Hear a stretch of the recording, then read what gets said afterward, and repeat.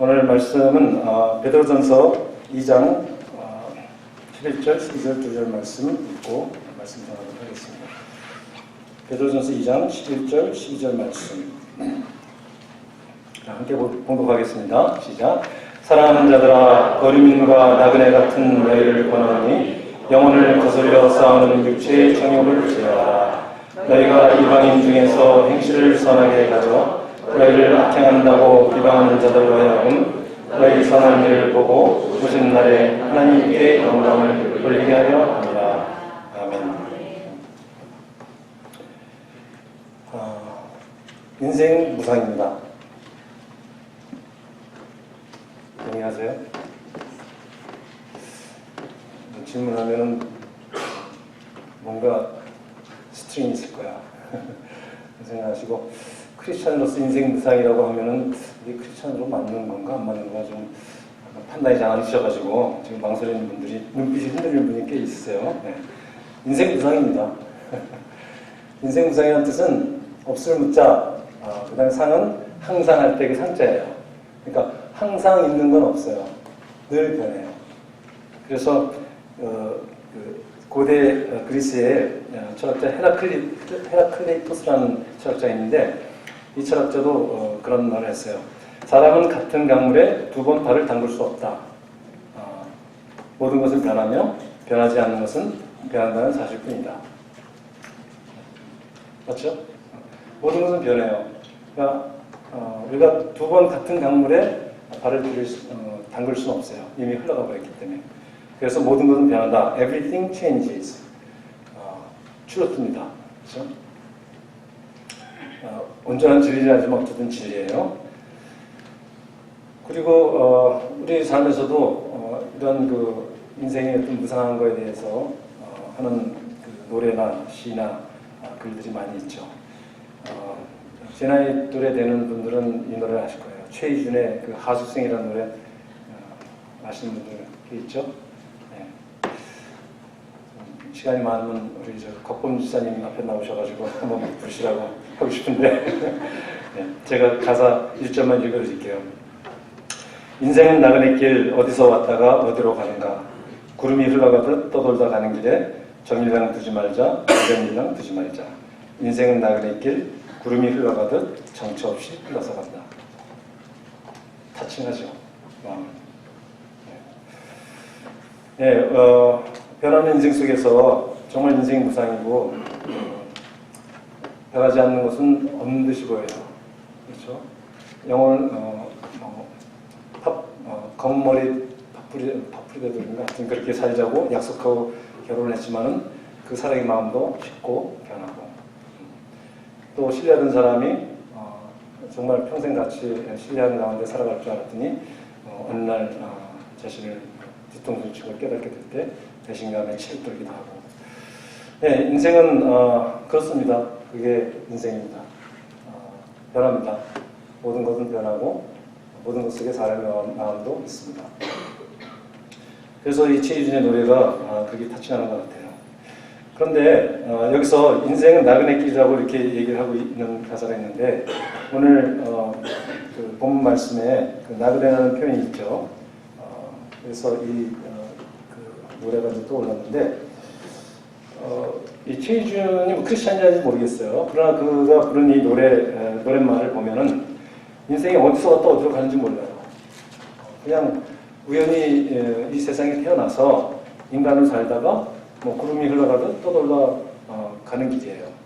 그런 길에 우리가 뭐 정을 두고 뭐 미련을 두고 그럴 거 없다는 거죠. 그냥 구름이 흘러가듯 정처 없이 흘러가는 게 인생 아니겠느냐라는 것이 그 가사의 내용이 인생 무상을 알려주고 있고 뭐 허무주의 냄새 이런 것도 있고요. 근데 크리스천은 허무주의는 아니죠. 그러나 인생 무상인 거는 변하지 않는 것은 없다. 뭐는 변한다는 어떤 부분적인 것은 동의할 수 있겠습니다. 자, 여기서 나그네 끼자고 할 때 그러면 허무주의에 빠진 사람이 이런 노래를 통해서 인생 나그네 끼다라는 것은 수긍이 가는데 그런데 그 사도 베드로도 사랑하는 자들아 하면서 거류민과 나그네 같은 너희라고 이렇게 말했어요. 그러니까 여기서 사랑하는 자들은 이제 크리스천 믿는 자들이거든요. 앞에 보면은 1절에 보면은 예수 그리스도의 사도 베드로는 본도, 갈라디아, 갑바도기아, 또 아시아와 비두니아에 흩어진 나그네에게 이제 그 인사말을 이렇게 하고 있어요.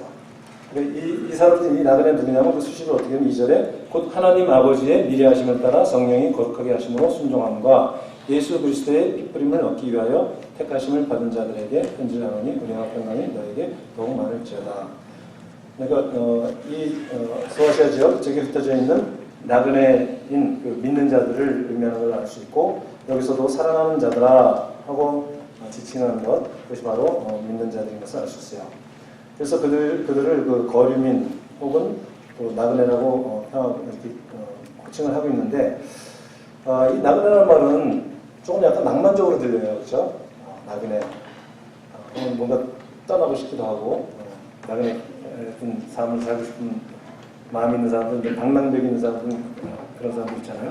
나그네하면 낭만적으로 들리는데 이 말은 세상 사람이나 뭐 믿는 사람이나 나그네라는 거예요. 그런데 그럼 무슨 차별화가 있어야 될 거 아니에요? 우리 크리스찬 나그네와 그 다음에 불신자 나그네와 뭔가 다름이 있어야 될 텐데 그 다름이 어디 있는지를 우리가 살펴보겠습니다. 그러니까 세상적인 의미의 나그네, 그 다음에 어떤 성경적인 의미의 나그네가 무엇일까? 그래서 여기 번역, 우리 성경에 이제 그 거류민이라든지 뭐 나그네라고 번역되어 있는 이 나그네라는 건 좀 낭만적이기 때문에 번역이 아주 그렇게 의미하는 바가 살아나지 않는 느낌이 좀 있어요. 그 영어 번역들에 보면 이것을 어떻게 얘기하면 strangers라고 해요. strangers, 낯선이. strangers in the world. 세상에서 stranger, 낯선 자다. 혹은 유진 피터스 목사님은 exiles라고 해요. 추방당한 자 이렇게 얘기하고 있고 또 서전이라고 하나요? 그렇게 잠시 머무는 자. 예, 우리는 세상 사람처럼 나그네 같은 인생길을 가고 있지만은 다른 점은 우리는 strangers in the world인데 왜냐하면 우리의 국적은 우리의 시민권은 어디에 있어요? 하늘나라에 있습니다. 그 한국 국적이고 지금 여기 와서 뭐 공부를 하거나 또 여기 잠시 머물고 있는 사람들은 나그네예요. 그리고 잠시 머무는 거리면 일시체류자. 영주권자도 국적 변동은 아니잖아요, 그렇죠? 좀 여기 체류하는 것이 뭐 장기간 고장되는 거지만은 영주권자도 어느 날 갑자기 입국대에서 입국 심사대에서 그 심사위원이 기분이 나빠서 그날 부부싸움을 하고 와서 기분 나빠서 영주권 뺏어가면 뺏기는 거예요. 그러나 시민권은 그렇게 뺏을 수가 없죠. 국적자는 이렇게 다 대할 수가 없는데 우리는 잠시 체류하는 사람인 것처럼 이 땅을 체류하는 사람으로 살아가는데 근데 그걸 더 스트레인저라고 얘기하는 것에 대해서 우리가 좀 주목을 할 필요가 있을 것 같아요. 왜냐하면 우리는 시민권이자 우리가 천국의 시민권이 있기 때문에 하늘나라의 시민권이 있기 때문에 이 땅에서는 스트레인저로 대접하는데 왜냐하면 우리는 이 땅에 살고 있어요. 이 땅에서 살고 있어요.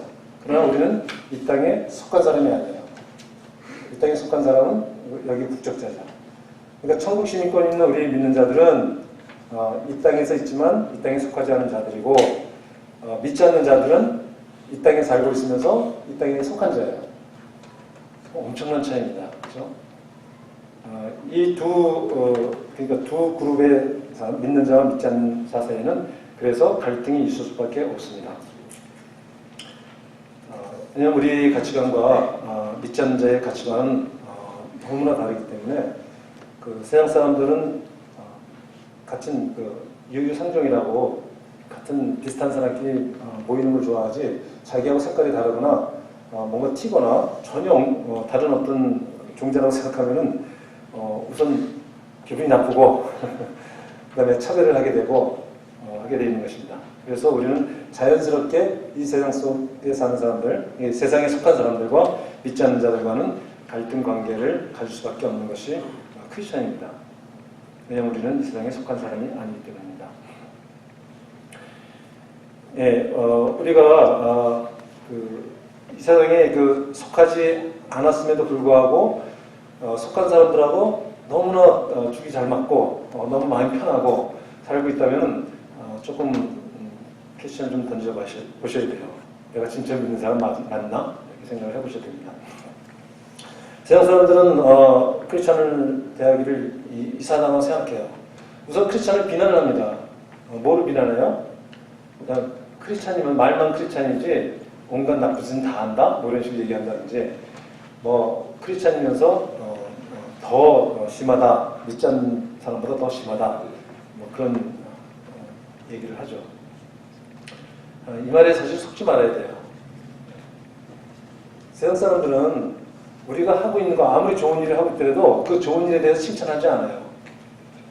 그냥 그거는 뭐 어쨌든 한 거고, 이제 하지 않은 것 혹은 하지 못하는 것, 할 수 없는 것, 그런 것을 지적을 하죠.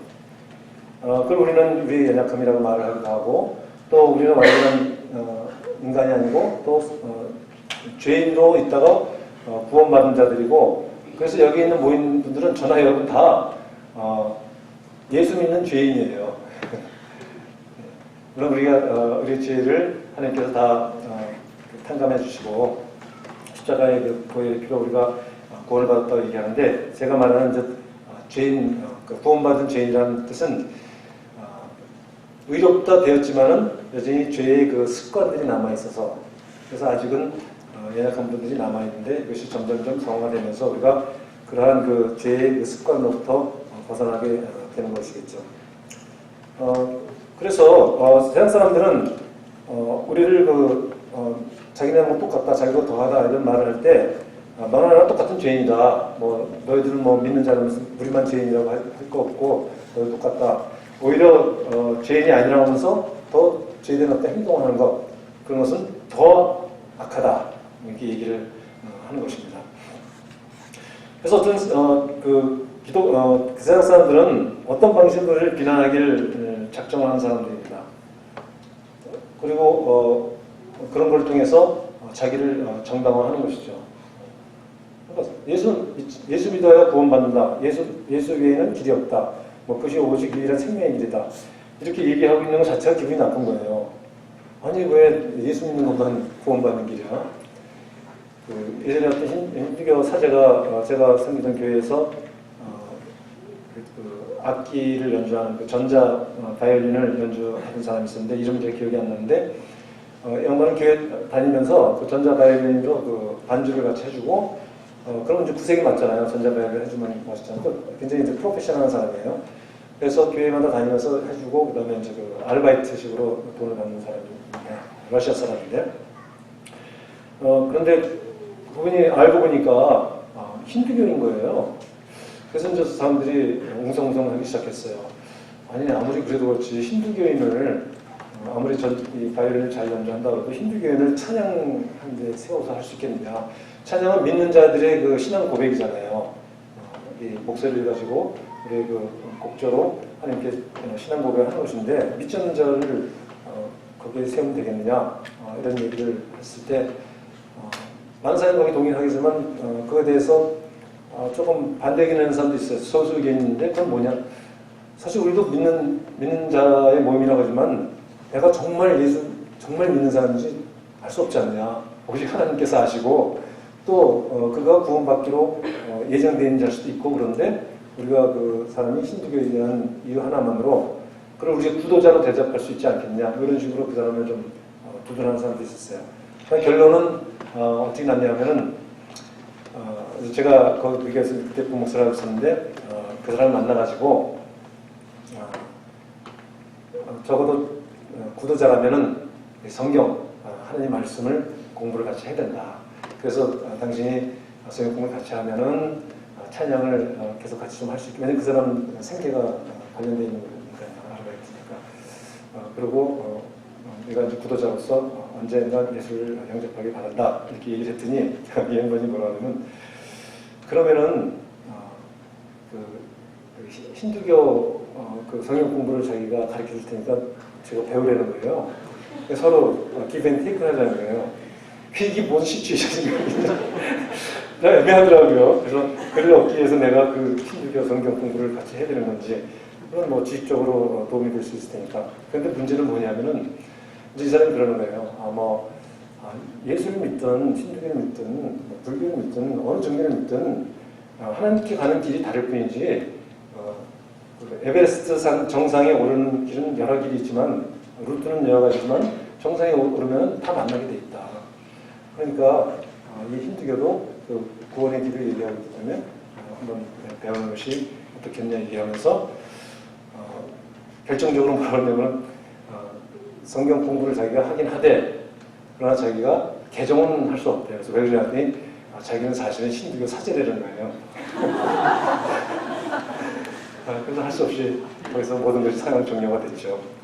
아무리 그래도 힌두교 사제를 개종을 절대 할 수 없다는 사람을 데리고 생각만 해도 쉽지 본인이 그걸 또 원치도 않았지만 찬양을 하게 하는 것은 낫지 않겠죠. 그래서 그런 일인데 어떤 믿지 않는 사람들 생각에는 오직 예수만이 구원의 길이라는 것에 대해서 정말 기분 나쁜 거예요. 정말 그 배타적인 신앙에 대해서 많이 질타를 하지 않습니까? 그래서 종교 간의 그 화합을 깨고 또 어떤 이 나라의 어떤 공동체적인 어떤 대한민국의 어떤 평화를 깨는 어떤 그런 사람으로서 얘기하고 심할 때는 이제 그 사이트에서 좀 들어가 봤는데 하여튼 그 기독교를 엔티 크리스천 사이트가 있더라고요. 근데 거기서는 우리 기독교인을 뭐라고 그러면 나그네라고 안 하더라고요. 뭐라는지 아시죠? 개독교라고 그러더라고요. 개독교. 너무 심하죠. 그런데 제가 있다가 어떤 걸 발견했냐면 그 캐톨릭에 대해서는 이렇게 또 긍정적으로 얘기하는 멘트들이 많이 있는 거예요.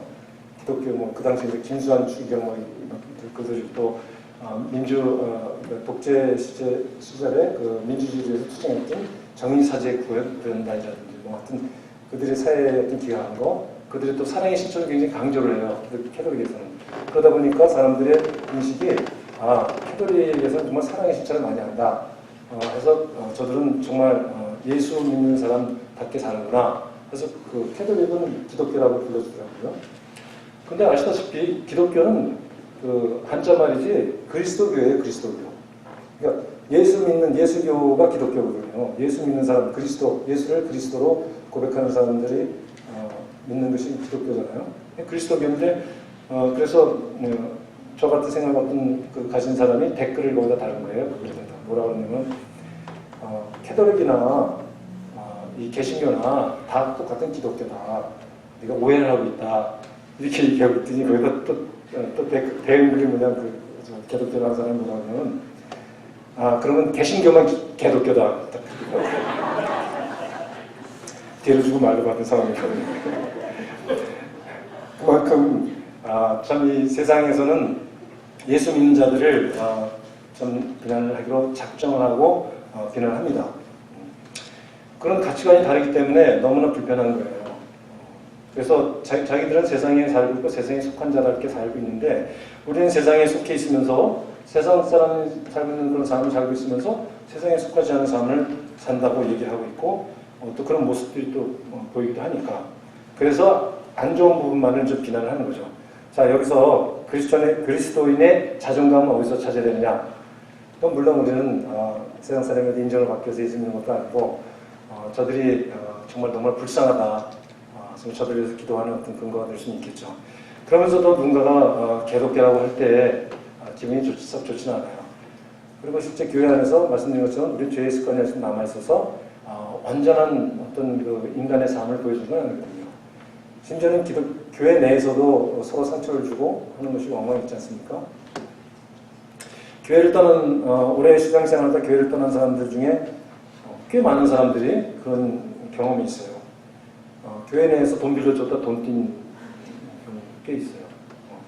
그러면 교회 내에서 공동체니까 서로 사랑하라, 나누라 이런 걸 하던 그런 어떤 실천하는 가운데 그걸 나누는 건 좋은데 그러다 보니까 분장 관계가 왔다 갔다 하고 그것이 작은 액수가 아니라 굉장히 큰 액수가 되고 이러면 실족하게 되고 교회를 떠나게 되고 그런 경우가 생기더라고요.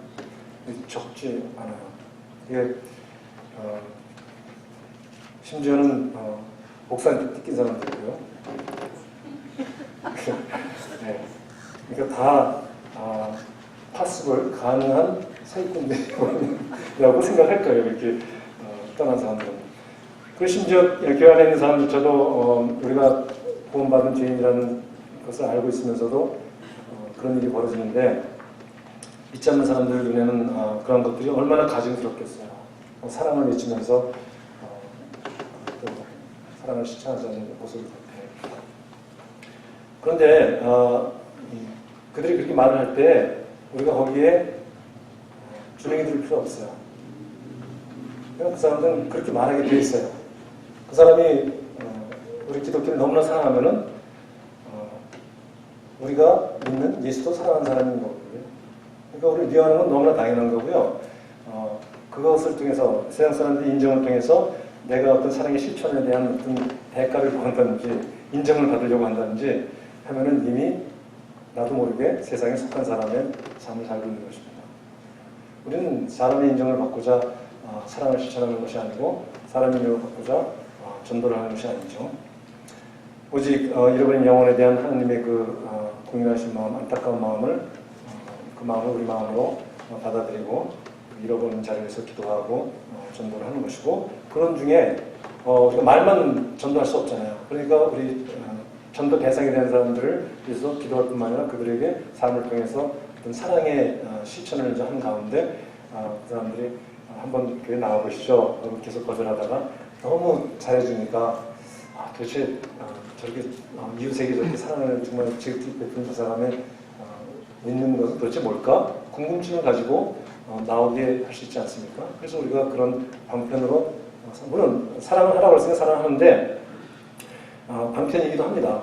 그러니까 그 사람에게 사랑을 베풀고 믿지 않은 상태에서 지옥 가는 게 목표가 아니고요. 그 사람의 사랑을 실천을 해서 사랑을 베풀어서 그가 그리스도를 바라보게 하는 것이 이제 목적이기 때문에 그런 의미에서 방편인 것입니다. 네. 또 그들이 우리를 비난하는 그 말에 우리가 상처를 받을 수 있지만 받는다면은 어떤 문제가 생기는 거냐면요. 우리말로 뭐라 해야 되나? 그 사람들의 배틀그라운드로 들어가는 거예요. 그러니까 그 사람들의 싸움터에 들어가는 거예요. 그러니까 너는 크리스찬으로 굉장히 위선적인 삶을 살고 있어.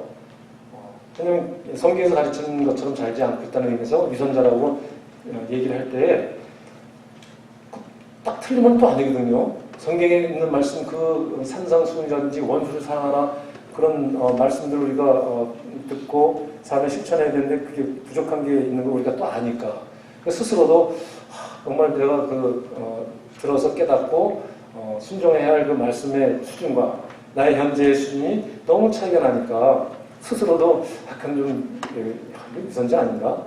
이런 느낌이 드는 터에 누군가가 딱 너무 위선자야 하면은 내 속마음이 들켰구나. 이런 느낌으로 한다면 그건 이미 그의 그 싸움터에 발을 담근 것이 된다는 뜻이에요.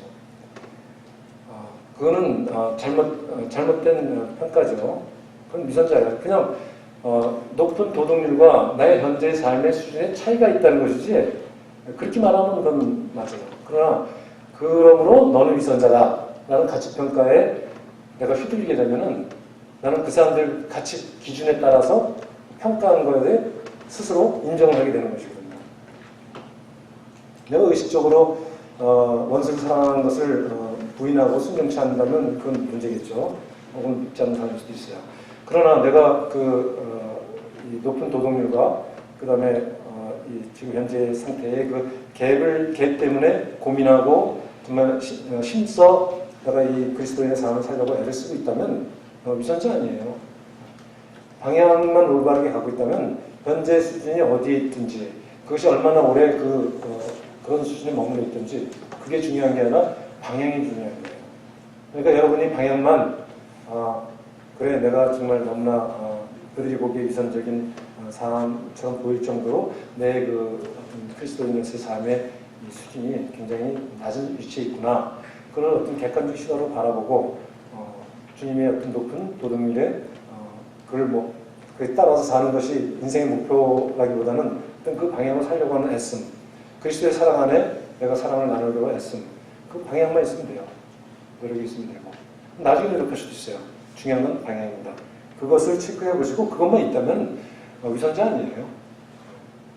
어떻게 보면 진지한 그 구원받은 자로서 진지한 예수님의 제자라는 말을 붙일 수도 있다고 저는 생각합니다. 자, 여기 11절에 사랑하는 자들아, 베드로 사도가 정말 이 사랑하는 자들아 말할 때 그들에게 정말 사랑하는 마음으로 이 말씀을 했다고 믿습니다. 그 사도의 삶을 우리가 알기 때문에 사랑하는 자들 할 때 울림이 있는 말입니다. 제가 여러분에게 사랑하는 여러분 다 얘기했을 때 제가 개인적으로 어떤 많은 분 나누지도 못하고 아직도 얼굴도 구별하지 못한 어떤 분들도 있는데 그런 분들에게 사랑하는 여러분 이렇게 얘기했을 때 약간 진정일까? 이런 생각이 들잖아요. 그렇죠? 근데 베드로 사도는 정말 그 말 사랑하는 자들 할 때 그 진정성이 있는 그 진정성을 받아들여는 그런 말씀으로 들렸을 거예요. 그들이 예수 믿는 자들에게 이렇게 말을 했을 때 거짓과 나그네 같은 너희를 권하노니 하면서 영혼을 거슬려 싸우는 육체의 정욕을 제어하라 이렇게 얘기하고 있고요. 그 다음 절에 너가 이방인에서 행실을 선하게 가져 너희를 악행한다고 비방한 자들로 하여금 너희 선한 일을 보고 오시는 날에 하나님께 영광을 돌리게 합니다. 이 두 절 말씀인데 아주 간단한 말씀인데 앞에 11절은 어떤 개인의 경건에 관한 말씀이에요. 근데 12절 말씀은 개인의 경건과는 좀 구별되는 퍼블릭 파이어티라고 할 수 있는 그러니까 공적인 어떤 경건이라고 할 수 있겠습니다. 앞에 보면은 그 영혼을 거슬려 싸우는 육체의 정욕을 제어라 이렇게 하고 있는데 이걸 그냥 생각 없이 읽게 되면은 그냥 그렇구나 육체의 정욕을 제어하라 잘 컨트롤하라 이런 얘기구나. 그런데 얼핏 보면 영혼과 거슬린다는 해서 어떤 육체의 정욕해갖고 영혼과 육체가 서로 어떤 이렇게 서로 거슬리는 걸로 느껴질 수도 있죠. 번역이 그 의미를 알지 못하면은 약간 오해 소지가 있는 번역입니다. 그 영어 번역에서는 이게 정욕이란 말이 특히 그래요. 정욕이란 말은 영어의 디자이어에 해당되는 단어예요. 디자이어. 그러니까 욕구예요. 그러니까 디자이어는 우리가 배가 고프면 배고프기 때문에 먹고 싶은 디자이어가 생기는 거죠. 그렇죠? 그건 우리 생존을 위해서 필요한 디자이어예요. 잠이 부족하면 잠자고 싶은 디자이어가 있어요. 그것도 우리 생존을 위해서 꼭 필요한 거예요. 그렇게 우리의 생존에 꼭 필요한 디자이어들이 있을 뿐만 아니라 우리가 어떤 선을 행하려고 하는 것도 디자이어예요. 선을 하고자 하는 마음, 그 디자이어인데 그 디자이어를 정욕이라고 이렇게 돼 있으니까 마치 우리의 그런 디자이어 자체가 어떤 그 정욕하면 좀 안 좋은 뉘앙스가 있지 않습니까? 그렇죠? 정경에 쓰이려고 구하니까 네가 응답받지 못하는 거다. 뭐 이런 말씀 생각하면서 정욕 안 좋은 거야. 뭐 욕망 뭐 이런 게 생각이 듭니다. 근데 그게 사실 디자이어예요. 그런데 그 디자이어가 육체의 정욕이라고 이렇게 번역을 한 이유는 맥락 속에서 이런 번역을 한 거예요. 그래서 그 번역 자체는 뭐 잘못된 번역이라 할 수 없고 오히려 그냥 우리에게 딱 육체 정욕 가서 죄된 어떤 욕망을 의미하는구나 하고 다가올 수 있죠. 그런데 그것이 우리의 영혼은 고귀하고 그다음에 육체는 어떤 악한 거고 이런 관점에서 보면 안 된다는 말씀이고 이것을 보는 관점은 어떻게 되냐면 육체의 정욕에 따라서 우리가 행위의 결론은 뭡니까? 나쁜 것, 좋지 않은 행동, 죄 이런 죄의 어떤 모양들로 나타나는 것들이에요. 그러나 죄의 근본을 알지 못하면은 육체의 정욕을 제어하라고 할 때에 우리는 곧잘 나의 어떤 노력을 하게 돼요. 내가 마음에 어떤 그 탐심을 품고 있다. 남의 것을 좋아 보이는 걸 내가 뺏고 싶은 마음이 있어. 그런 겉으로는 그렇게 그 마음을 표현하면은 크리스천이 왜 이래? 이런 말을 당연히 들을 테니까 그 마음에 있는 탐심을 속입니다. 속이고 그것을 오히려 가만히설로 해서 그걸 어떻게 한다든지 할 수가 있겠죠. 자, 그런데 그런 마음을 내가 보게 되고 그런 마음을 갖지 않도록 노력을 할 거 아니에요. 탐심을 제어하라 하면은 탐심이 나쁜 거지. 그래, 내 안에 탐심이 있구나. 그래서 탐심을 갖지 않도록 노력을 해야겠구나. 그런데 우리 참 이 마음이라는 게 좀 희한한 게 탐심을 갖지 않고 노력하면 할수록 그 탐심이 떠올라요. 그렇지 않겠어요? 예를 들면 이런 거예요. 내가 건강한 사람이면 건강에 대해서 관심이 없어요. 그런데 건강하지 않은 사람일수록 건강에 대해서 굉장한 관심을 갖잖아요. 각종 건강식품 챙기고 뭐 인터넷에 끝없이 올라오는 건강에 관한 이번에 보니까 뭐 양파 복음이 있더라고요. 양파 먹으면 모든 만사형통 건강할 거라는 비난하기 아닙니다. 제가 보기엔 복음처럼 들리더라고요. 양파의 효능 54가지 보니까 야 정말 이 복음이구나. 굿뉴스잖아요. 복음이 굿뉴스예요. 네. 자 그런 어떤 그것이 떠오른단 말이에요. 건강한 사람은 건강을 생각하지 않는데 내가 탐심 있는 사람은 탐심을 제어하려고 탐심을 갖지 말아야지 애를 쓸수록 자꾸 탐심이 떠오르는 거예요. 그게 인간의 모습이거든요.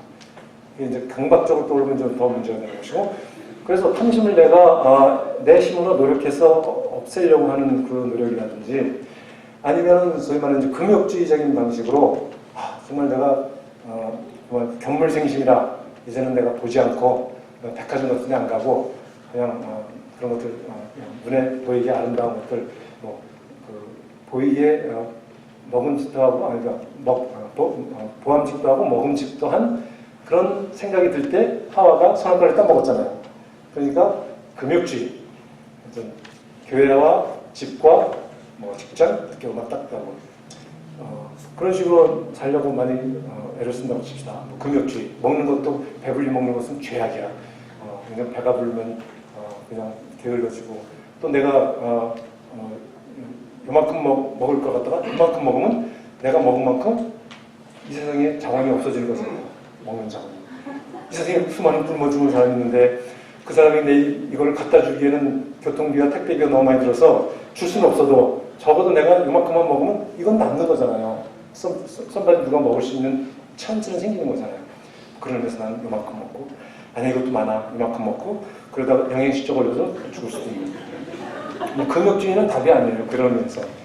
그러니까 인간의 어떤 육체의 정욕을 제어하라고 말씀을 했는데 그걸 갖다가 그 겉에 드러나는 어떤 모습들 그런 육체의 정욕을 제어하지 않아서 생긴 어떤 결과들 그런 것들에 주목을 하고 내가 열심히 노력하고 금욕주의는 효과가 없고 워킹하지 않는다는 우리는 압니다. 그래서 우리는 항상 그 현상 배후에 있는 그 본질을 꿰뚫어 봐야 되는 거예요. 그 말씀은 항상 그것을 우리에게 때로는 비유로 말씀하고 있고 직선적으로 말씀할 수도 있고 그런데 이거는 플래시 육체의 정욕은 디자인은 그냥 우리가 생존을 위해서 필요한 거기도 하고 그 자체는 그 중립적인 거예요. 그러니까 아담과 하와가 하나를 하나님께서 창조하셨을 때 그들에게 디자이어를 주셨어요. 무슨 디자이어?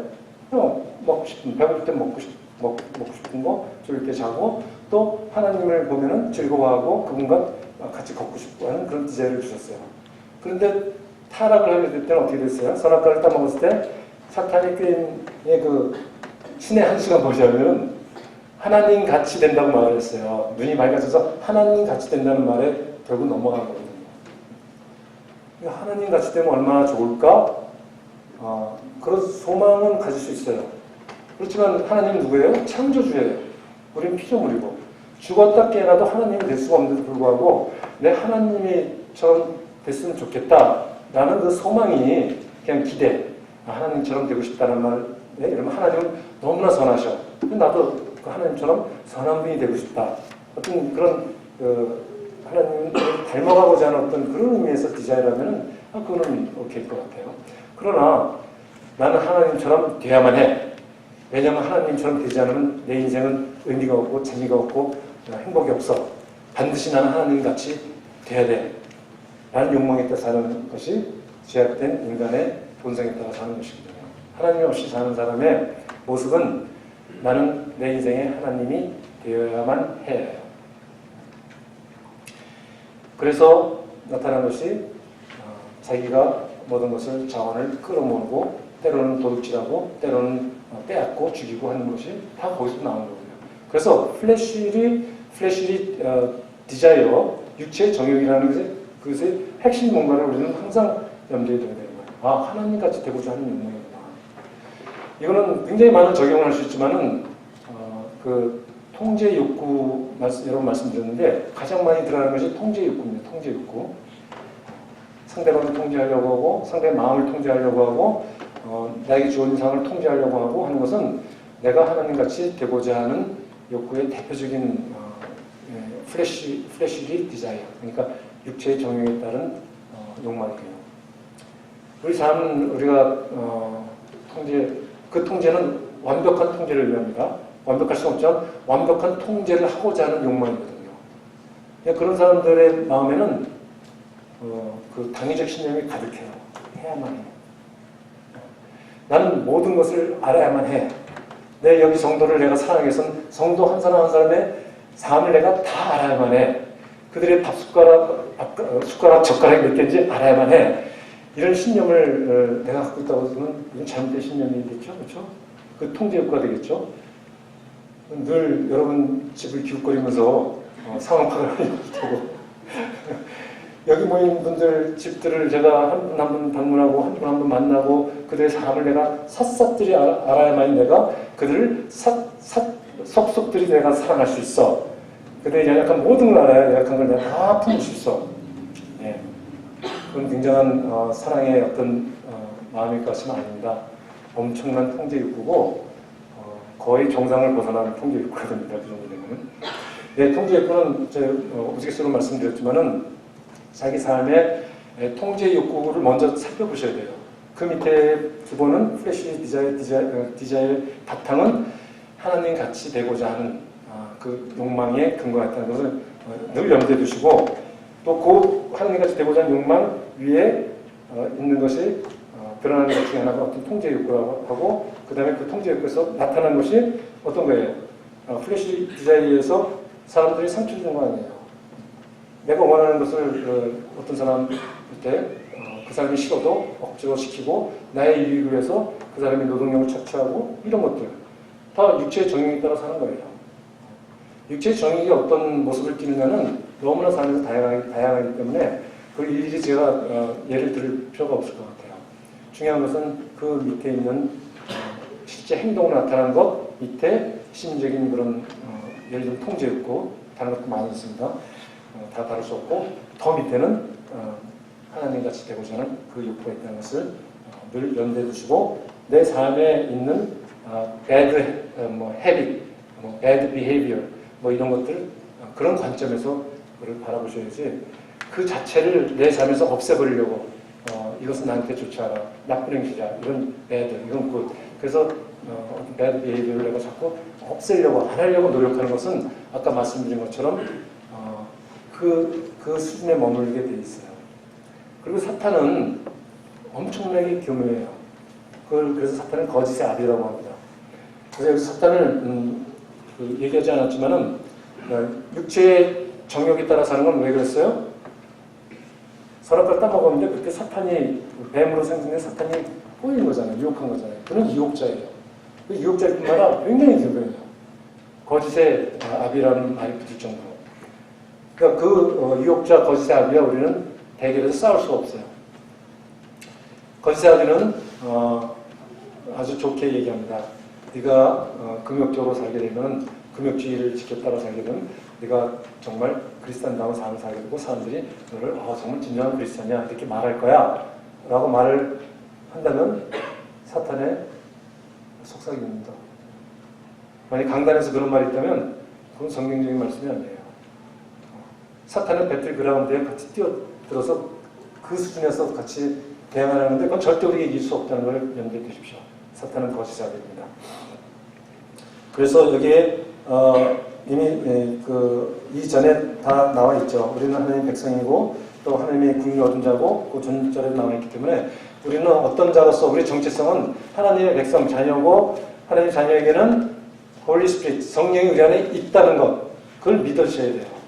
그걸 경험으로 확인하려고 한다든지 그걸 느낌으로 성령 충만이라는 어떤 용어가 주는 어떤 뉘앙스가 주는 그 미스리딩 할 수 있는 그런 걸로 마치 찬송할 때 막 기분이 굉장히 은혜로워진 어떤 상태가 성령 충만이다. 그걸 아니라고 말씀드린 건 아니지만은 그런 것을 추구하면서 성령 충만하면 내가 육체 정을 다스릴 거라 생각하면 약간 오해의 소지가 있습니다. 기분이 좋아짐, 어떤 고양된 상태, 이게 성령 충만이 아닙니다. 성령은 우리 안에 계신 성령을 내가 인지하고 그분의 음성에 내가 귀를 기울이고 또 순종하려고 하는 그런 마음의 어떤 의지적인 결단을 할 수 있는 그때가 바로 성령 충만함을 표현하는 거예요. 그래서 이미 우리 하나님 자녀로서 성령이 계시기 때문에 그 싸움은 어떤 의미에서는 여호수아 전쟁이 여호수아의 것이 아니고 하나님의 전쟁인 것처럼 우리도 마찬가지예요. 성령님의 전투예요. 사탄이라는 영과 악한의 대장되는 사탄영, 귀신대장, 그 다음에 우리의 하나님이신 성령 하나님의 우리의 대장 되셔갖고 같이 싸우는 거예요. 우리는 그걸 구경하는 거고. 그런 수준이 되면은 이 사람 예수 제대로 믿고 있네, 그런 평가를 받을 것입니다. 네, 신앙생활의 요체는 생활하지 않는 어떤 행동으로 드러나는 그런 것이 아니고 바로 그러한 영적 전투를 내가 어떤 방식으로 제대로 정말 이 핵심을 꿰뚫고 그 본질을 파악하고 싸움을 하고 있느냐 안 하느냐 거기에 달려있는 것입니다. 자, 그 다음 12절을 우리가 좀 살펴보겠습니다. 네, 너희가 이방인 중에서 행실을 선하게 가져 너희를 악행한다고 비방하는 자들 하여금 너희 선한 일을 보고 오시는 날에 하나님께 영광을 돌리게 하려 한다. 읽으시면서 좀 이상한 걸 느끼신 거 없어요? 이방인은 믿지 않는 자입니다. 젠타일하고 유대인 민족은 다 이방인이었어요. 그런 여기 문맥에서는 믿지 않는 자들을 이방인이라고 칭하고 있습니다. 그래서 너희가 믿지 않는 사람들 중에서 행실을 선하게 가져서 가지라는 뜻이죠. 가져서 너희를 악행한다고 비방하는 자들 하여. 그러니까 그들은 크리스천들 악행한다고 하는데 이거는 그 역사적인 문맥 속에서는 사실은 그 당시에 크리스천에 대한 악소문이 있었어요. 루머들이 있었어요. 뭐냐면 저들은 카니발리즘이라. 그게 뭐냐면은 사람 죽여서 사람 살과 피를 먹는 자들이에요. 맞습니까? 예수님 살과 피를 우리가 먹잖아요. 선천시간 때. 그 말만 듣고 예수님의 살과 피를 먹는다더라. 세상에. 인육을 먹고 그 피를 즐겨 마시는 저 인간들은 도대체 뭐야? 얼마나 악소문이 돌았겠어요. 그 말만 듣고도. 그 다음에 성도가 너무 사랑에 치밀해. 성도 간에 입을 맞춰. 저쪽 크리스천들은 완전히 대놓고 분리를 하는구만. 이런 악소문이 돌고 있었어요. 다 루머죠. 근데 그들은 그런 것을 역사적인 걸 비방하는 것인데 오늘날 우리에게 적용할 때 여전히 그들은 비방을 합니다. 그 성찬식 갖고 비방하지 않지만은 이제는 그들도 하도 들어가고 성찬식을 얻는 것은 알겠죠. 그런데 그들은 우리가 잘하고 있는 것은 놔두고 잘하지 못한 것만 꼬집어서 비난합니다. 자, 그런 사람들 하여금 어떻게 하면 너의 선한 일을 보고 우리 선한 일을 하는 걸 보고 근데 여기서 선한 일도 이게 도덕적으로 선한 행실로 생각한다면 곤란합니다. 이 선한이라는 것은 예수 믿지 않는 사람은 좀 좋은 의미에서 인본주의적인 어떤 그 휴머니즘을 발휘해가지고 굿 비헤이브를 할 수 있어요. 그렇죠? 선한 행위를 할 수 있어요. 그런 사람은 우리 크리스천보다 훨씬 더 굿 비헤이브를 한 사람을 봅니다. 그러나 그것에 무의식이라는 말을 갖고 쓰면 무의식까지 다 들어오면 그런 모든 행위들의 가장 깊은 곳에는 자기 의예요. 믿지 않는 자는 자기 의에 의해서 선하든지 악한 행위를 하게 돼 있어요. 내가 옳다라는 것이죠. 내가 옳다. 근데 우리는 뭐예요? 내가 옳다가 아니고 오직 하나님만 옳다잖아요. 그래서 우리는 하나님과 올바른 관계 속에 있을 때만 우리가 의로운 거예요. 그러니까 하나님은 righteous한 거죠. righteous라고 그래요. righteousness는 우리에게 없어요. 우리에게 있는 속성이 아니에요. 타락한 우리에게는 그게 없고 오직 하나님에게 있고 우리가 또 하나님을 love잖아요. God's love. 그 love와 righteous는 하나님의 속성이고 또 완전한 사랑이고 완전한 의예요. 그리고 하나님의 그 완전한 의와 사랑을 우리가 정말 덧입어서 우리가 구원을 받는 것이기 때문에 우리는 그분과 관계가 회복이 되면 그분의 의로운 관계 속에 들어가게 돼서 비로소 우리는 진정한 의미에서 사랑, 자기의가 아닌 하나님의 사랑이 나를 통해서 흘러나게 하시는 거고 하나님의 의가 나를 통해서 흘러나게 하는 것이에요. 그렇지 않은 것은 다 자기의다. 예전에 민주주의 독재에 항거하던 많은 민주주의 투사들이 있었습니다. 그들이 크리스찬들이 되고 크리스찬이 아닌 사람도 있었을 거예요. 그러나 크리스찬이 아닌 사람들의 그 의로움은 자기의로 결과되고 그 자기의에 결과된 자기의에 바탕을 뒀다는 것이 드러난 것이 뭐냐면 그들이 다 그렇다는 건 아닙니다. 그들이 어떤 리더의 자리에 올라갔을 때 타락한 모습을 보게 돼요. 그건 자기의였던 거예요.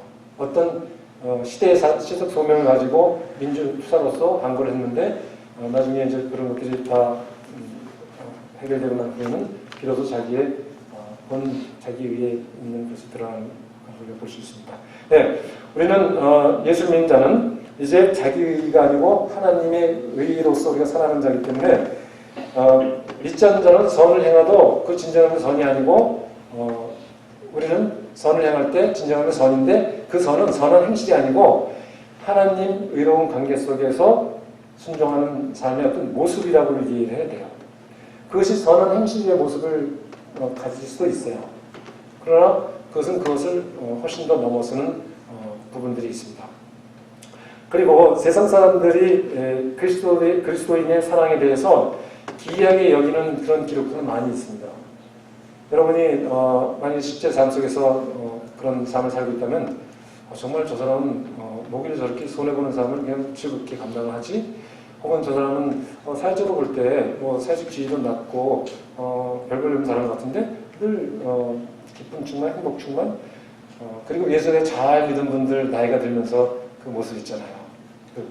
잘 믿은 분의 얼굴 모습 그런 모습을 띠게 될 때 예수를 알지 못하는 사람들의 모습들은 나이가 들면 들수록 더욱더 완고해지고 신념이 자기 인생 통틀어서 그러니까 확신을 갖게 된 어떤 신념에 사로잡힌 그 모습 그걸 우리는 완고하다는 표현을 쓰는데 그 완고함이 그 얼굴과 그의 언행에 다 배어있는 걸 우리가 왕만 볼 수 있어요. 그래서 크리스천의 삶은 단순히 도덕적인 수준의 삶이 아니고 정말 하나님 또 하나님의 형상을 하나님을 보기 위해서는 예수님을 보면 된다고 되어 있죠. 그래서 예수님을 보고 그분이 어떻게 살아셨는지 따라서 우리가 살면은 그게 의로운 삶인 것이에요. 그분은 피상적인 수준의 도덕적인 수준의 도덕을 얘기하지 않았죠. 마음에 미워하는 마음이 있으면 그거는 형제를 미워하는 마음이 있으면 그거는 형제를 살인하는 건 다름없다고 얘기했어요. 세상 사람은 말도 안 된다고 그래요.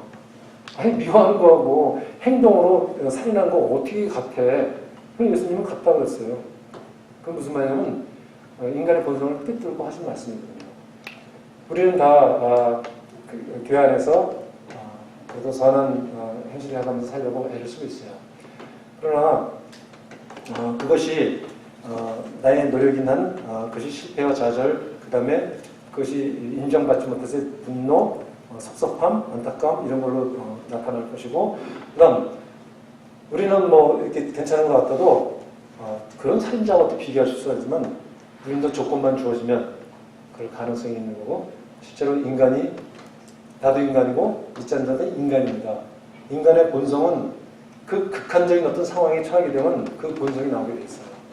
먹을 것이 아무것도 없고 정말 산에 비행기가 추락해서 그 산속에서 사람끼리 몇 사람만 생존자가 있을 때 부자되는 오지 않고 먹을 건 떨어지고 이제 죽어야 하는 순간에 그냥 조용히 죽으면 좋은데 우리가 그 비극적인 그런 기록들을 알고 있죠. 제비 뽑아갖고 한 사람씩 잡아먹습니다. 그런 사건이 실제로 있었죠. 그림으로 나타난 메두사의 뗏목이라는 거 아시죠? 메두사의 뗏목의 그림 보신 적 있어요? 그게 모티브가 된 배경된 얘기가 그런 얘기였다고 들었는데 난파돼갖고 그 배가 이제 난파돼가지고 그 구조선에 이렇게 이제 구명보트를 타고 다니다가 구조가 안 된 상황에서 거기서 약한 사람을 잡아먹기 시작했어요. 그러다 구조가 됐어요. 프랑스에서 이런 일이죠. 그래서 나중에 법정에 섰는데 그게 굉장히 이제 사회적인 굉장히 컨트로버시한 이슈가 됐죠. 그 인간의 어떤 존엄성 측면에서는 아무리 배가 고파도 잡아먹는 것은 인간 도리가 아니다 이렇게 생각하는 입장과 사실 너 그 상황에 들어가 봐라. 너도 그렇게 될 거다. 그런 입장이 첨예하게 어떤 그런 토론들을 기억하는데 우리도 마찬가지입니다. 조건과 상황이 주어지면 우리도 살인할 수 있어요. 그게 인간의 죄악된 본성입니다. 누굴 미워하는 마음이 있습니까? 우리를 때리지 않습니까? 때렸다가 내 사회적 명망이 손상이 될 거고 때렸다가 고소를 당하면 왕창 물어줘야 될 테고 때렸다가 잘못하면 보복을 당할 테고 그래서 때리지 않는 것이지 미워하는 마음이 있는데 아무런 보복도 없고 아무런 제한도 없고 그럴 때 내 힘이 있고 조금만 주어지면 아마 여기서 때리지 않을 수 있는 사람이 얼마나 있을까요? 예, 우리는 조건만 지어주면 누구나 다 그런 악한 행실을 할 수 있는 존재이죠. 그래서 우리가 선한 행실을 한다는 것이 굿 비헤이비어나 굿 디드가 아니라는 것을 염두에 두셔야 돼요. 그건 세상 사람도 할 수 있는 거고 우리는 오직 하나님과 의로운 관계 속에서 우리의 행동을 평가를 해야 됩니다. 자, 비방한 자들 하여금 너희 선한 일을 보고 오시는 날에 하나님께 영광을 돌리게 하려 합니다. 자, 이 12절은 내가 육체의 정욕을 제어하는 건 분명히 다르죠. 내가 선한 일을 행하는 것은 뭐예요? 그 믿지 않는 자들, 이방인들이 우리를 비방하지만은 오시는 날에 하나님께 영광을 돌리게 함이라 이렇게 돼 있어요. 누가? 우리는 당연히 하나님께 영광을 돌리겠죠. 그런데 여기 문맥에서 보면은 그 믿지 않는 자, 우리를 악행한다고 비난하는 그 비방자들, 그들이 예수 믿지 않는 자들인데 그들이 하나님께 영광을 돌리게 하려 합니다 이렇게 돼 있어요. 이건 두 가지로 우리가 볼 수가 있는데 하나는 우리가 선한 일을 통해서 그들이 주께 돌아오게 하기 위함이에요. 그것이 전도라는 말을 붙일 수도 있고 우리의 삶의 모습을 통해서 우리를 통해서 예수를 보게 하는 것이거든요. 자, 그런데 그들은 그래서 예수를 믿게 된다. 뭐 그런 사람도 있을 테고 아니면 예수를 믿지 않을 수도 있고 그런데 그들조차도 비방하는 자들이 영광을 돌리게 하려면 예수를 믿어서 그들이 이제 하나님의 자녀가 돼서 영광을 돌리게 됐겠구나. 그렇게 생각하면 좀 자연스럽게 좀 맥상. 그런데 사실은 예수 믿지 않는 자들조차도 지금은 하나님을 믿지 않으니까 하나님이 얼마나 그 창조주 하나님의 그 위대하고 영광스러운 것을 알지 못하기 때문에 그 예수 믿는다는 우리를 거의 에이전트로 보고 우리를 자꾸 비난하는 거예요. 그래도 감히 하나님을 비난하지 않을 거예요. 약간 찜찜하니까. 괜히 하나님이 저주를 내려서 뭐 안 좋아지면 어떡해요. 무속신앙이 그렇잖아요. 신을 잘 안 섬기면 병나게 하고 뭐 그럴지도 모른다 해서 잘 달래고 잘 모셔야 되잖아요. 그런 무속적인 마음이기 때문에 믿지 않는 사람들도 신에 대한 또 두려움이 있어요. 악령 이런 것들을 얘기하나 했거든요. 그들도 우리를 통해서 예수를 믿게 되거나 그래서 하나님이 오시는 날에 영광을 돌리게 되거나 아니면 그들이 믿지 않는다 하더라도 하나님 너무나 영광스러운 존재이기 때문에 완전히 거기에 압도돼서 이건 뭐 믿과 믿고 문제가 아니라 그냥 하나님께 영광을 돌릴 수밖에 없는 어떤 피조물이 창조주 하나님을 대면하는 순간 그분이 오신 날이 재림의 순간일 수도 있고 예수님의 세컨드 커밍 될 수도 있고 어떤 심판 어떤 예수님 오신 날을 이렇게 표현되는데 일단 오신다고 가정하고 그 오신 날에 하나님의 그 온전한 모습이 영광스러운 모습이 드러나요. 우리는 지금 아직도 죄악된 습관에 빠져있기 때문에 우리는 완전히 거룩하지 않아요. 우리가 지금 하나님을 대면하게 된다면 우리는 죽고 말 거예요. 거룩하지 않을 거예요. 근데 완전한 거룩하신 하나님이 오시게 될 때 믿지 않는 자조차도 자신이 피조물임을 고백하지 않을 수 없는 어떤 그런 상황이 도래할 것이다 라는 의미도 있습니다. 이중적인 의미가 있습니다. 그러니까 믿지 않는 사람들조차도 하나님의 영광을 돌리게 된다는 것이죠. 자, 우리가 선한 일을 하는 것 믿지 않는 자들 우리에게 돌아오게 잃어버린 자들을 다시 구원받는 백성이 되게 함이 있어요. 그런데 그 목적이 예수 믿게 합니다라는 수준에 머물게 되면은 조금 그것에 대해서 우리가 좀 열심히 내지 않을 수도 있겠죠. 그리고 하는 일에 대해서 뭐 내가 복음 전했으니까 이게 뭐 받아들이면 들킨 자 들어라. 안 받으면 할 수 없고 손을 털고 떠나고 될 것 같지만은 우리가 만일 우리가 선한 일을 하는 것이 그 선한 일을 하는 것이 하나님께 영광을 돌리게 하는 것을 진짜 믿는다면 우리 크리스찬으로서 사는 삶 하나하나가 그것이 아주 엄청나게 좋은 행위든지 그냥 사소한 친절이든지 아니면 지나가는 사람을 보고 따뜻한 눈길을 주고 하이하고 그냥 인사하는 거라든지 아주 사소한 것조차도 하나님의 영광을 돌리는 거라는 거예요. 믿어지십니까? 이럴 때 이제 아멘 그래야 되는데 제가 부흥사처럼 막 해야 되는데 그렇지 안 되네요. 설명하다 보니까 그렇지만 여러분 따라하고 있다고 믿습니다. I think you follow me. 네, 하나님의 영광을 위해서 하는 거예요. 그러니까 굉장히 선한 일을 했기 때문이 아니고 선한 일을 행함의 그 근본은 뭐라고 그랬어요? 내가 하나님과 의로운 관계 속에 들어온 다음에 행하는 그 행위들은 선한 행위라고 간주가 되는 것이에요. 그러니까 육체의 정의에 따라 행동하지 않는 것들, 그런 것들은 다 선한 것입니다. 우리가 퀴트를 할 때 하는 일이 뭐예요? 하나님과 그 관계 속에서 오늘 나에게 주신 말씀을 생각하고 그 말씀에 따라서 순종하고 전하고 원주를 사랑하라는 말씀을 듣고 적용할 때 내가 미워하던 한국에 계신 시어머니를 떠올리면서 마음으로 그분을 용서를 하고 싶은 마음이 그만큼 생겼다면 우리 마음의 중심을 보시는 하나님께서는 그 방향성을 보시고 마음의 중심을 보시고 너는 의롭다 라고 말씀해 주실 테고 의로운 자 답답하게 하시고 그것이 네의 요 조그만 마음 시어머니를 용서하고 싶은 마음 이만큼 그런 걸 가지고 하나님께서 영광을 받으신다는 거예요. 믿어주세요? 예, 문맥상으로 이렇게 이해를 해야 돼요. 의로운 관계 속에서 행하는 행식뿐만 아니라 그 행함의 배경을 둔 마음들, 마음의 동기들 그런 것을 다 하나님께서 영광을 받으신다는 거예요. 얼마나 대단한 하나님이십니까? 마음의 조그만 동기조차 그 마음조차 그 방향만 보시고 이렇게 가다가 이렇게 할 수도 있죠. 시어머니 정말 용서해야지 마는데 시어머니한테 전화가 왔어.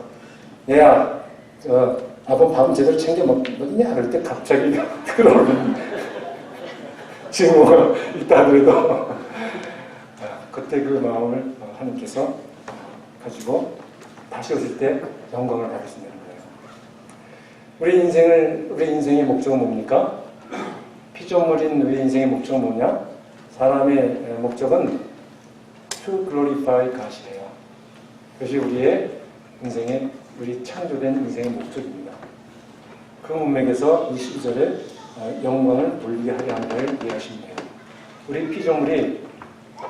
피조물인 걸 인정을 하고 그 다음에 더 이상 내가 하나님이 아니고 오직 하나님만이 한 분이시고 하나님과의 관계 속에서 이 세상을 살아가는 모든 마음과 또 행동과 모든 몸짓과 이런 것들 다 하나님께서 영광 받으시고 그것이 하나님 인간을 창조하신 목적에 합당한 것이기 때문에 하나님께서는 기뻐 받으시고 그럴 때 우리의 인생의 목적은 달성되는 겁니다. 참 쉽죠. 시어머니를 용서하는 마음이 요만큼 만드는데도 내 인생의 목적을 그 순간 달성하는 걸로 하나님께서 간주를 해주시답니다. 그리고 내가 너로 인해서 영광을 받았다고 말씀을 해주시니까 그것은 믿는 자의 정말 소망이 될 뿐만 아니라 우리 그 선한 행위를 하는 행위의 근본 동기가 되고 그분의 영광을 돌리고 그 다음에 또 목적이 되어야 됩니다. 그분의 영광을 초래하는 목적. 그런 삶을 우리가 다 살게 될 때 우리가 다시 올 때 다시 15년 후에 제가 다시 올 때 여러분께서 하나님께 영광을 올려드린 그 선한 행실들을 우리가 서로 나눌 때 하나님께 영광 할렐루야 하는 외침을 할 수 있기를 기대해봅니다. 기도하시겠습니다. 하나님 아버지, 참으로 우리 인생 정말 나그네와 같은 인생을 살다가 죽을 수밖에 없는 그런 인생인데 주님께서 불쌍히 여기셔서 우리 인생을 참 생명의 인생이 되게 하시고 또 그 인생의 길을 걸어가는 것을 통해서 하나님께서 같이 동행해 주시고 또 우리가 하나님의 그 의로운 관계 속에서 행하는 정말 사소한 몸짓조차도 또 품은 선한 마음조차도 하나님께서 다 카운트하시고 또 그걸 통해서 영광을 받으시고 마지막 때에 하나님께서 오직 하나님만 영광을 받으심으로 인하여 우리 인생의 목적이 온전히 달성이 되고 성취되는 것을 주님께서 보시고 잘하였도다 충성된 종아라고 그런 사랑하는 나의 아들이다 하는 말씀을 기대하면서 이 인생길을 주님과 함께 동행하고자 합니다. 주여 도우소서. 예수님으로 기도드렸습니다. 아멘.